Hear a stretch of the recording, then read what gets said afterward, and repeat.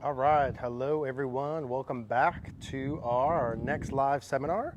As per normal, we'll wait for a couple people to come in here before we get started today. If you're going to be watching live, if you're watching back, we'll start in just a moment. Now, today's video and seminar is going to be on effective practice habits, specifically around making a swing change. So when you do go to the range and you're going to do your swing mechanics practice, how to structure that, the reps to do, the video, the training aids, and all that kind of stuff. So I'll hit a couple just to see if anyone's going to pop in here live with us, and then we'll go through things here in detail.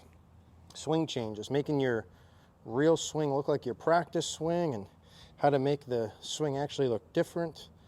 We're going to go through all those pieces here today. We'll just do one more. Some people come in and then we'll get rocking.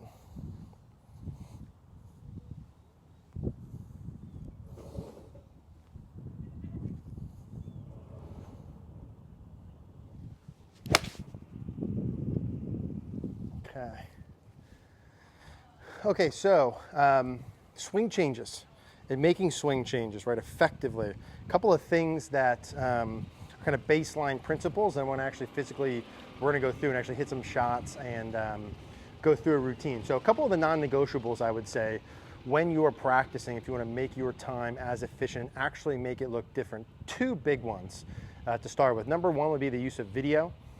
Number two would be exaggeration. So, I've been coaching, I put on a post in the group for like about 14 years now. And when I first started coaching, I didn't really use video very much.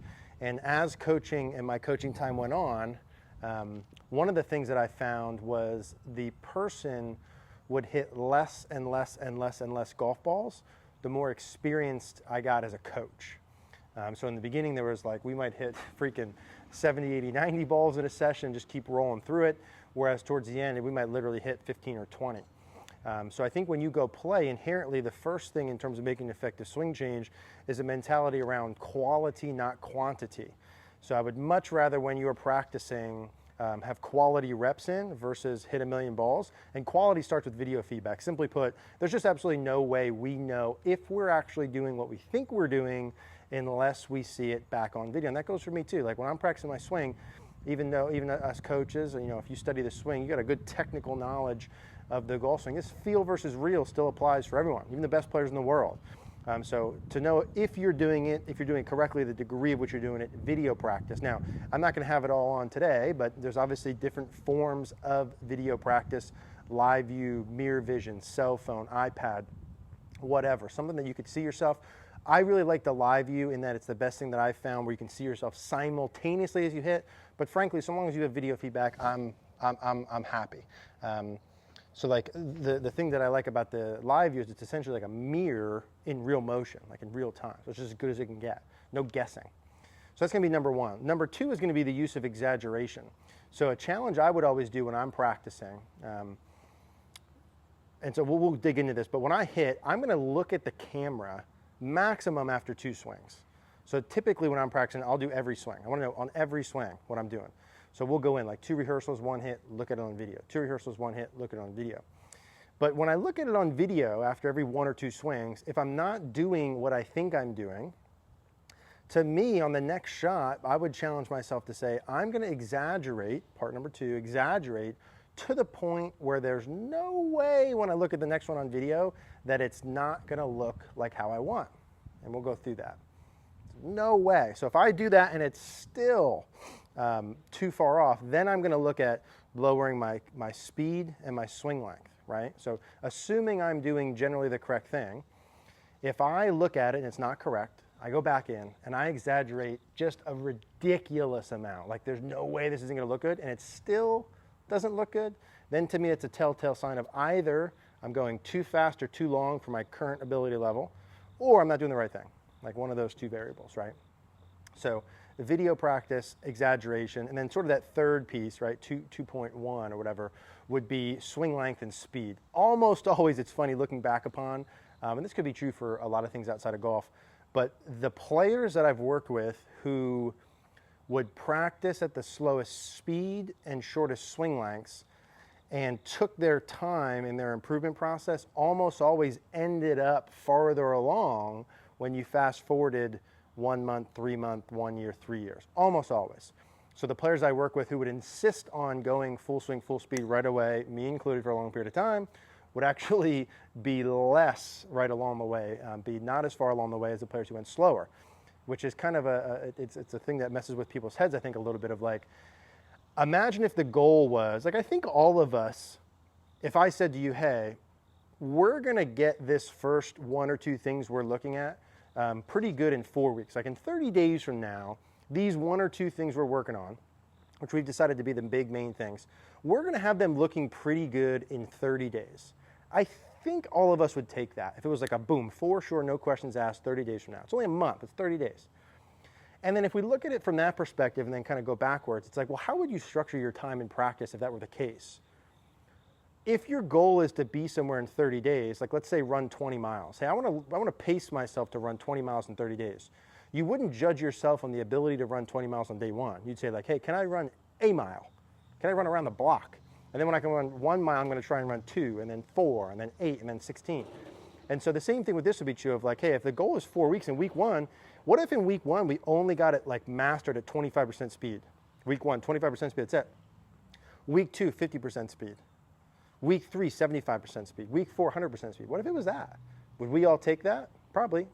How much of us do it that way? Not a lot. You know, like we don't enforce that to be like non-negotiable, which is maybe part of it. But think about it from that perspective. Or like, what if in week 1 we got really mastered at hip high? Week 2 here, week 3 here.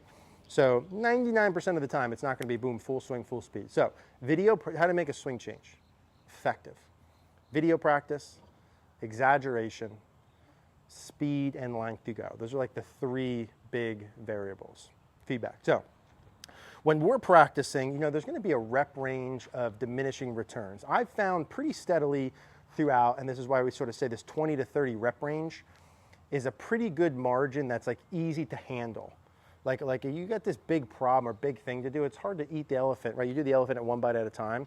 It's hard to look at a big swing change and do the entire thing. I think breaking it up into something simple and manageable is a nice step 1. So 20 to 30 reps is a nice manageable thing that we're gonna do.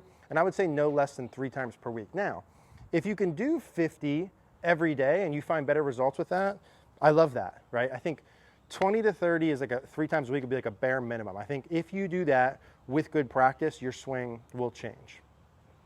Anything less than that I think is a little bit tough, okay? If you can do more, you can do more.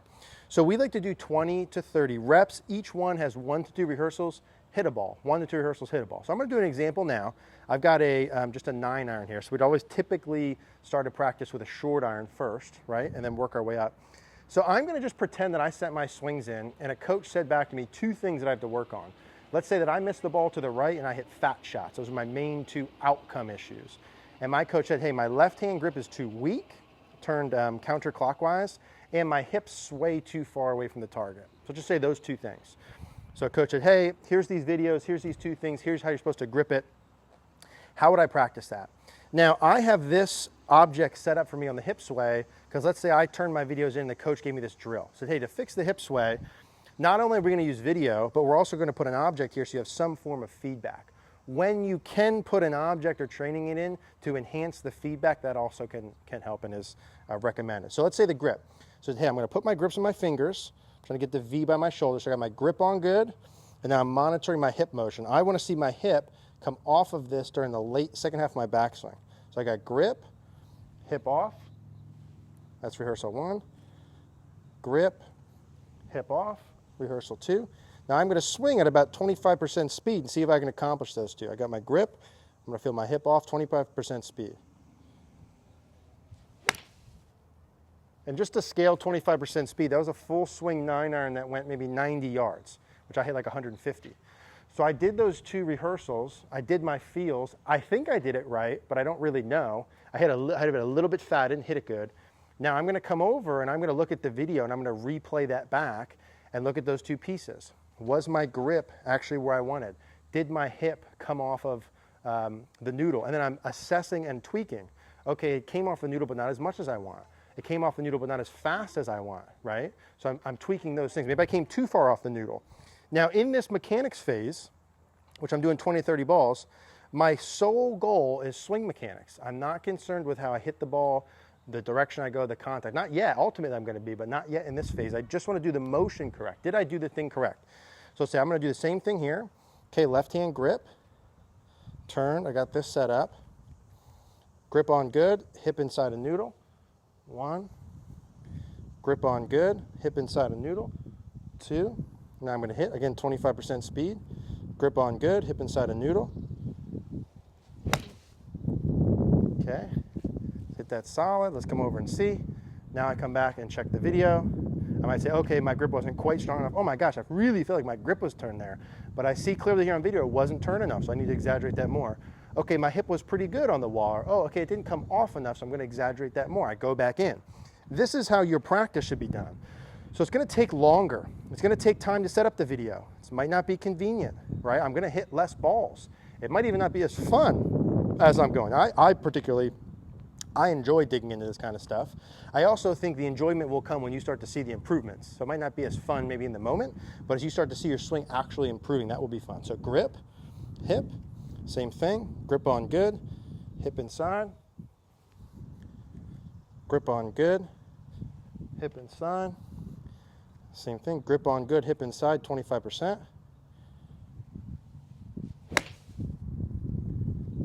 Okay, good. Now I come over and I check. And that would be what I would do for all 20 golf balls. Now in this scenario, I'm checking every single shot. You could also do like 2 or 3 hits, check 2 or 3 hits. I'd rather know right away. Like I would literally rather come here and hit balls and hit 10 balls, but see every swing and adjust on every one, than hit 100 and see, 1 out of 5 or whatever the case may be. I want to see all of them and make tweaks when I'm doing swing mechanics. When I'm doing grids or I'm doing course like practice and all that, then I don't care about that. My goal then is to hit the shot somewhere. I'm going to have a feel that I'm going to keep with it, but on practice swing mechanics, it's all that. And so that should be like the pace, the clarity, the intention that you should have on every one. Now, let's say I went up and I saw, wow, my grip doesn't look good, or my hip's still not coming off this. Then I would start to increase my exaggerated feels, and I would record that as well so I could see my feel versus my real. So let's say I've had a big hip sway to the right, and we're saying, hey, what I want to have happen in a real swing is just to come off about an inch towards the top, only about an inch. But since I sway over here so much, I'm going to likely need to feel like my hips come off of it like a foot. So I say, all right, let's exaggerate. I got this in. I did a couple. My hips kept swaying. I felt like I was turning them, but they kept swaying. All right, so I'm going to do it over-exaggerated. No way it's not going to be enough. So I'm going to go hips way off. Like, holy cow, that feels way off. Grip turned. Hips just feel stupid forward. Now I'm going to go feeling that same level, 25% speed. I don't ramp up the speed. I don't change anything else. I'm just going to do it to the point where I actually make this swing look how I want. I come over, and then I check that. And I'm just rinsing and repeating, testing, assessing, adjusting the feels within that same framework. Now, as I go through those 20 balls, what's not going to happen is I'm not going to come up and I'm not going to go, oh, I hit that to the right, or I hit it off the toe. I'm going to start feeling this elbow in front. Or I saw this other thing, I'm going to start feeling my wrist back. I'm going to start feeling my head. All I'm doing are those two things, grip, hip, grip, hip, grip, hip, grip, hip. 25% speed until I own it. Once I start to feel good with that at 25% speed, which could be a week later, right? Then I'm going to go up to like 50% speed. Then I'm going to go up to 75.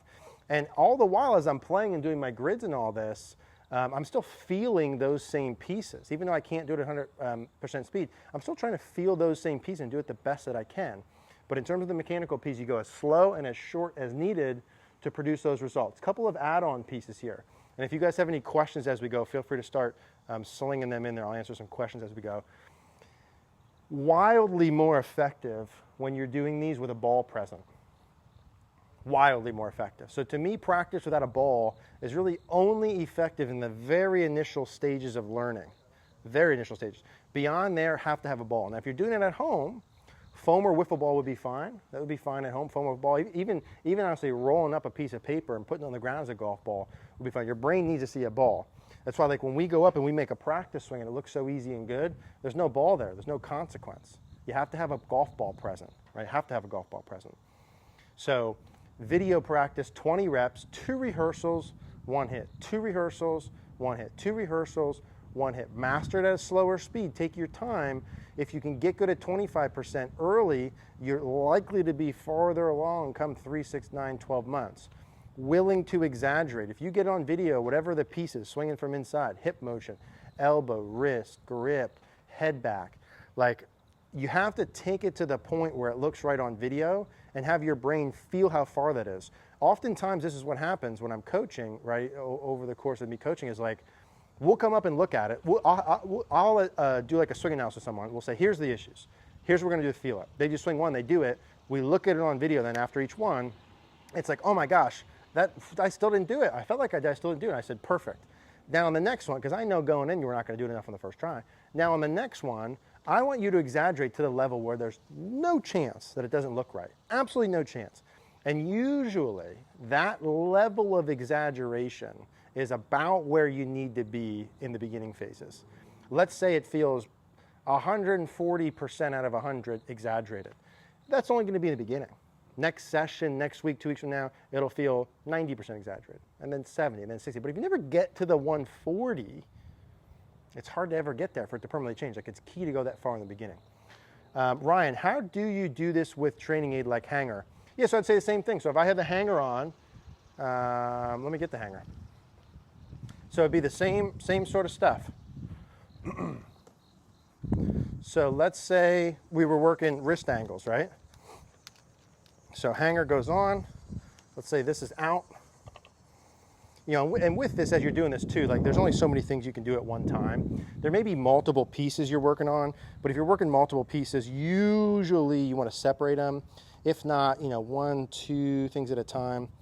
Unless it's set up, you can usually get away with doing like a handful of setup things with 1 or 2 backswing or downswing pieces. So let's say, Ryan, you got the hanger on, and I'll just pretend we're doing backswing wrist angles. So let's say specifically we're looking to get like the lead wrist flat during the backswing. I would then pop this sucker on here, and then same thing, 2 rehearsals, 1 hit, 2 rehearsals, 1 hit. Now if I was doing backswing wrist angles, I probably would film from down the line. So we'd have to change the angle here, but let's just pretend that I'm filming from this angle. So I got the hanger set up. I like to set it up where it's just inside my right wrist. That's set up. I do 2 rehearsals. So I'm going 25% speed first. 2 rehearsals, get my left wrist flat. Let's say I'm trying to get it flat by left arm parallel. So I feel like I'm curling this into this. Like I'm curling this into this by about left arm parallel. Okay, so I'm feeling that kind of progressively during my takeaway. So I'm going to say flat, good. Second rehearsal, good. Now I'm going to hit one. Let's say I'm just going 3/4, and I'm trying to feel the same thing, 25% speed. I've done my rehearsals. I'm going to press it on by left arm parallel. I hit. Now again, there's a 9-iron that probably went about 100, and I hit this 9-iron 150. Right, so it's about like 2/3 the distance at what I feel like is 25% speed. And then I'd come back and look at it on video from down the line and say, all right, was the hanger actually pressing against my wrist or not? Yes or no? If not, boom, exaggerate it more. If yes, boom, keep doing it. And then if I get to a flow where I'm looking on video and it's like 2, 3, 4, 5 in a row are good, good, good, good, then I'll probably hit 3, 4, 5, 6, 7, 10 in a row and not look. But I need to prove to myself at least 2 in a row on video that I'm doing what I want. And then I can get into a flow. So for me, each time I'm practicing my mechanics, you have to re-earn it. Let me see that it's good, re-earn it. And then I can get into a flow with that. But if I was doing the hanger, I would just use that same thing. I would be looking at it from down the line. Let's just say backswing. I'd be looking at it from this angle. Rehearse, press against. Feel the sensations I need to feel to do that. It really feels like it twists the, like I'm twisting the club face closed, curling the left wrist, bending back the right. Now I'm going to hit 25% speed, feeling the same thing. Good. And now I don't think you need to rush through the speed. Like I'm saying, like if you're going to practice 3 times in that week, I'm going to probably hit all 20 balls at that pace. I'm not going to be like, all right, it was good at 25, boom, I'm going right up. It was good at 50, boom, I'm going right up. Like I might look at it like I'm a long-term guy. So if my goal is to have my left wrist good in a month and I get it really good at 25% in week 1, I'm on pace. And then 50% in week 2, 75% in week 3, 100% in week 4. The other way to do it is just boom, as soon as you get 25% speed good, go right up to 50, go right up to 75, and when you fail, you start to come back down. Yeah, exactly. So it starts slow. I mean, it's almost been universally true for anyone I've ever worked with. We're like, less is more and slower is better. So the people that have gotten the best I've ever worked with, typically we do less at a time and we do it slower. So if the only thing you got really good at in the next 30 days in terms of swing mechanics was this left wrist piece, and you got 25%, 50, 70, 100, that would be killer. Maybe like grip and left wrist, or like rotation or weight shift or whatever, right? Like simple. You almost always like just get that one thing good over 30 days instead of getting a little bit of like 4 or 5 things. It's hard when we look at our swings because we might see 7 things wrong. I get it. It's like you look at that and you're like, oh man, that looks better, but shoot, I'm sliding too much and tilting too much. And I'm not saying we shouldn't do anything about that. It's just like, how much can we do at one time? What's the root things? What did you figure out with your coach is most important and why, right? Anytime we pick something, there should be a definitive reason behind it. It shouldn't just be a random thing. Hey, we're doing this first. This is why we're doing this first. I see the slide and tilt. We're going to get there, but we got to do this first, right? So in terms of prioritizing things. So let's say you're doing left wrist through impact. Like if someone say, I want to do more of a flying wedge, I got this flip motion. Let's say I'm kind of practicing like coach, hey, my face is too open, and then I throw it. Well, I would go, all right, I'm going to make my toe in front of my heel, press it against it. Rehearsal 1, toe in front of heel, press it against it. Now, I might have a big flip, so my coach, I might say, hey, I'm only going hip high here to start. Like, let's earn this out first. 2 rehearsals, so I'm feeling toe in front of the heel, and then pressing this against it. I'm going to go slow, toe in front of heel. Let's see, all right, I hit that 7-iron, 75, or 9-iron, 75 yards. I'd come back, look on video. Okay, right, I was able to do that. That looked good. My toes in front of the heel, that was on. I'd be like, well, I can do it good at hip high, but as soon as I go faster, it comes off. Well, like, that might just be you're not ready for that yet, right? Like, hey, I know a couple words in Spanish, but when I go to Spanish-speaking country, I don't fit in yet. Well, yeah, like, you only know a couple words, dude. Like, we got to learn the language first, one thing at a time. If you can't master it at 25% speed here, we're not going any higher. And then, you know, maybe you stay this height and you ramp up the speed 50%, 70%. In a situation like that, like if it's a release pattern thing, you're likely going shorter and slower and owning this first. Toe in front of heel, keep it on, rehearsal. Toe in front of heel. And for that player, that might feel like, holy shit. That feels so close. That feels so pressed on, like it's ridiculous. But the good news is I'm going to see it on video, right? So I can put my feels aside, toe in front of heel, keep it on, 25% speed. Until that starts to feel like, oh my gosh, that's so easy, I probably shouldn't go up any longer. It should be to the point where it's like, wow, that's easy, till I would go up. I'd look at it the same way. If my goal in a month was to fix my release pattern, 30 days, all of week 1, I might go right there. Week 2, I might try, you know, chest high, 25% speed. Week 3, 3/4 at 50% speed. Week 4, you know, 80% at 75% speed. Then I'm almost there in 1 month, right? It's kind of less is more. Is mirror work okay if you can't hit balls? Ryan, yeah, I would say no. I don't love it. I think mirror work or no golf ball hit is good for the very initial stages of learning, but beyond there, I personally have not seen that transfer very well. Now, if you've got a mirror and you could go like rehearse, come up and hit, but then if you have no video, then you still don't know if you did it correctly. If ideally you'd have a mirror, you could see yourself as you're rehearsing and then hit with the video and check it. That'd be like the ultimate.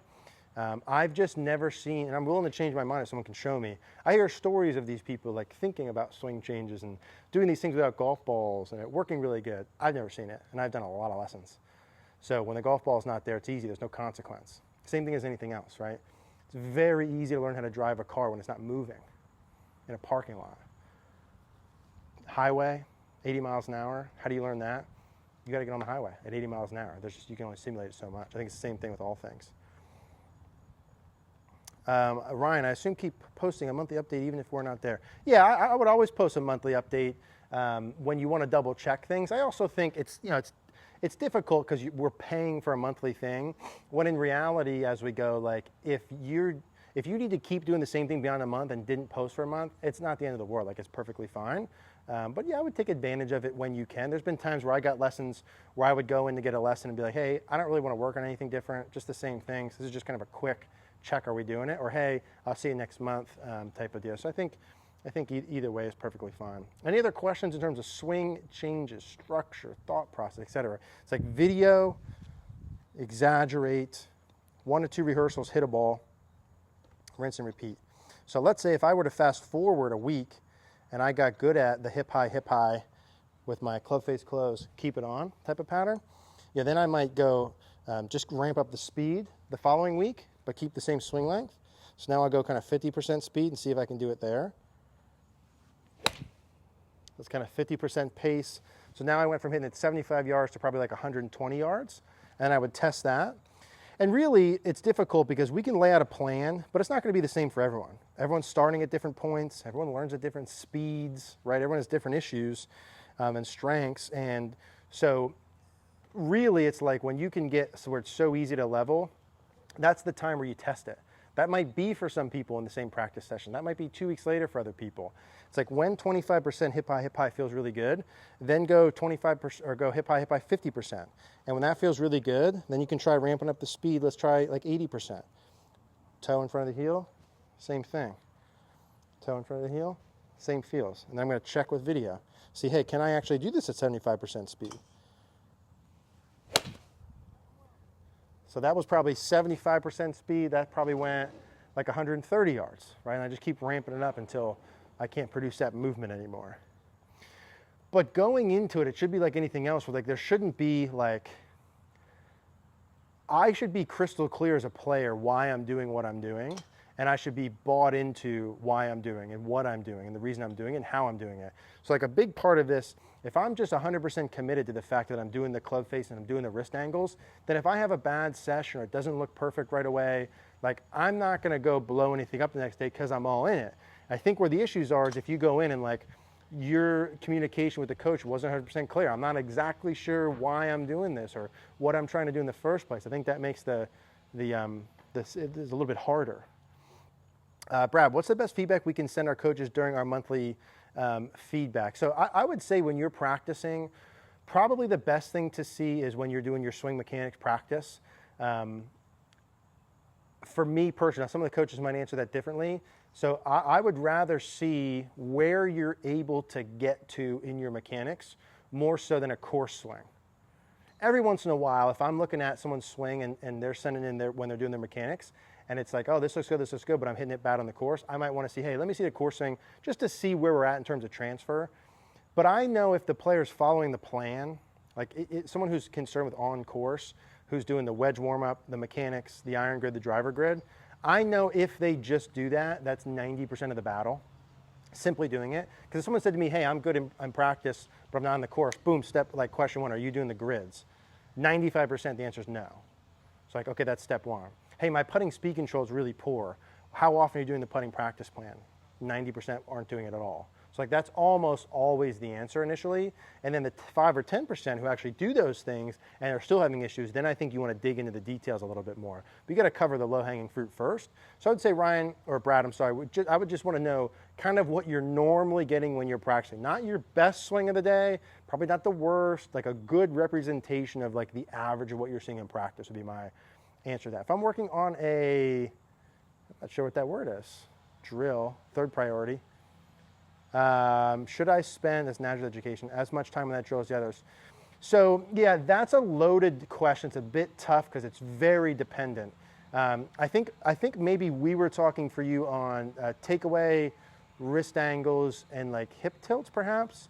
So usually there should be a hierarchy of priorities. So let's say, for example, for yours, let's say the wrist angles and the takeaway, obviously those being earlier in the swing lead to things later on. Like I think you default to prioritizing things earlier in the swing as the largest priorities because they have the highest odds of affecting those later things anyway.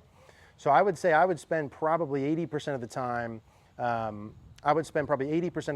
on the wrist angles and the takeaway and 20% of the time on the back knee kicking in if they were going to be separate drills. Now, there's scenarios where I have people doing multiple things at once. Left hand grip stronger, press the hanger in, push the hips forward, let's just say. hey, your grip needs to be stronger, you got to curl it on the way back, you got to push your hips forward to the chair. I might have someone do that all at one time. And then when you're looking at video, you know, when you're doing multiple things, you also have to understand it's likely going to take longer period of time to get those. So if I give someone 3 things to do, there's 0 chance all 3 of those are done in 30 days. Never seen it, never will see it. That is a lot to do in 30 days. So if we're doing those 3 things, it's like, hey, plan on this being what we're doing for the next 60, 90, 180 year, right? Like we're doing these 3 till we get them. And so if you sent your swings in 30 days and the wrist angles were 75% better and the takeaway was 75% better and the hips were 50, I'd say, yeah, that's about right? Like I don't expect you to get all 3 of those. Assuming we're doing 3 of those, I wouldn't expect you to get all 3 of those. And I also think it's unfortunately not going to be the same for everyone. I love 2 + 2 = 4. It's the same for everyone. What's 2 + 2 = 4? But how the practice plan goes about, like how many reps to do, how to adjust it per person, that's gonna be a little bit different. Like some people may like to say, hey, I've got these 3 drills I'm gonna do, and I'm just gonna do them equal, like throughout. I would typically rather prioritize 1 or 2 and kind of go like, hey, I'm gonna spend 80% on this and then maybe 20% on the rest of them. Let me know if that answers the question there. And I think when in doubt, in terms of the swing changes, I would look at them like when in doubt longer term. Like I want to make progress when I send my updates every 30 days, not perfection. I don't think it's realistic all the time to say, hey, here's the thing I'm going to work on for 30 days. I'm going to plan on sending it in. I expect it to be perfect. What I expect it to be is better than last time. I expect it to be like pretty much better than last time. If I did these practice things, like if I 3 days a week went in, recorded my swing, did 20 to 30 reps, and I put a video in every 30 days, I'm just talking to myself here, my experience doing this. I would expect my swing to look significantly better. I would expect me to be significantly better at those 1 or 2 things that I was working on. That would be my expectation.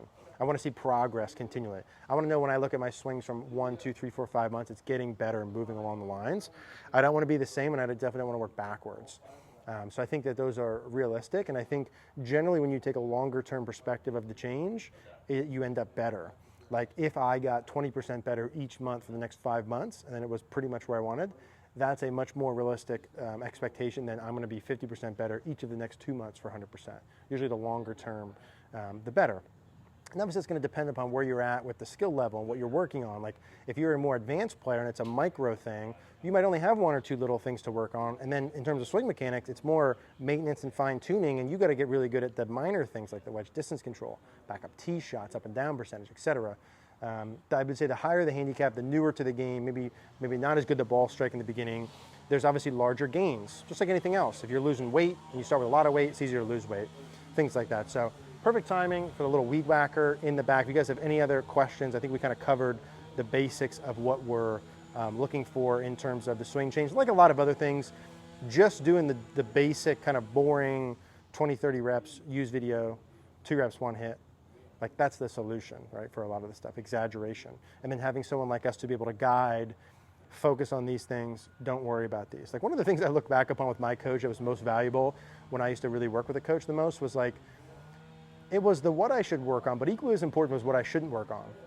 Or I would go in and be like, hey, I'm thinking about the X, Y, whatever, you know, that I read in the magazine that day. And to have someone that I trusted to be like, hey, don't worry about that.